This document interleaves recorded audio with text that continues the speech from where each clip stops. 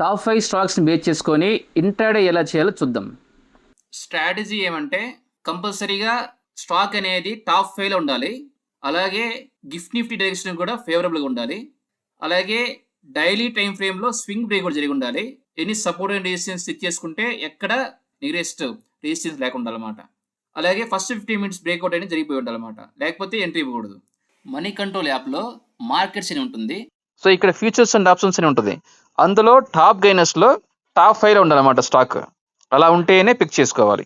Gift Nifty అనేది హవర్లీలో 15 మినిట్స్లో support and resistance ని డ్రా చేసినాక సైడ్ వేస్ లో ఉందన్నమాట. సో ఎక్కడ కూడా బ్రేక్అవుట్ జరిగి ఏ డైరెక్షన్కి వెళ్ళలేదు అనమాట.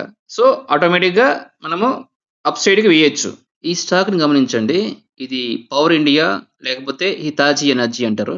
డైలీ టైం ఫ్రేమ్ లో ఏమైనా ప్యాటర్న్స్ ఉన్నాయో చెక్ చేద్దాం. సో ఇది ఆల్రెడీ ప్యాటర్న్ ని బ్రేక్అవుట్ అయ్యి ఇక్కడ పడింది candle. So Monday 10th August రోజు ఇంట్రాడే ఎలా చెక్ చేద్దాం. అలాగే రీసెంట్ స్వింగ్ ఇది. సో రీసెంట్ స్వింగ్ కూడా బ్రేక్అవుట్ అయింది. బుల్లింజర్ బ్యాండ్ ఎనేబుల్ చేస్తున్నా. సో ఇది రీసెంట్ స్వింగ్ కూడా బ్రేక్అవుట్ అయింది. సో అలాగే రియాక్టివ్ జోన్స్ ఏమైనా చూద్దాం.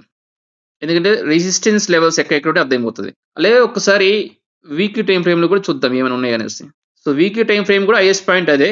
సో ఇప్పుడు 1 అవర్కి వద్దాం. సో 1 అవర్ ప్రకారం ఇలా ఉంది.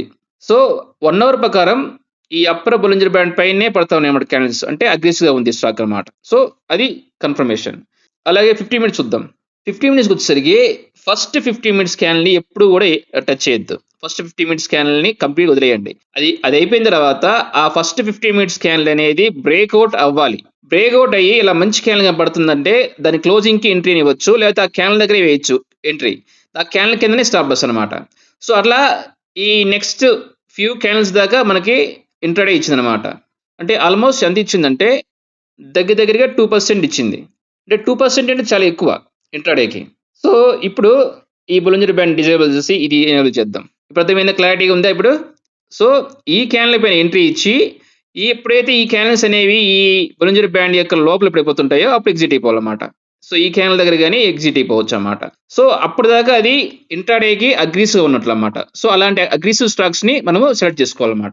సో ఇది నిన్న టాప్ 5 స్టాక్ లో ఉంది ఇది. సో టాప్ 5 స్టాక్ లో ఉంటే మనం టచ్ చేయాలన్నమాట. లేకపోతే టచ్ చేయకూడదు ఏ స్టాక్ కూడా. టాప్ 5 స్టాక్ లో ఉండాలి.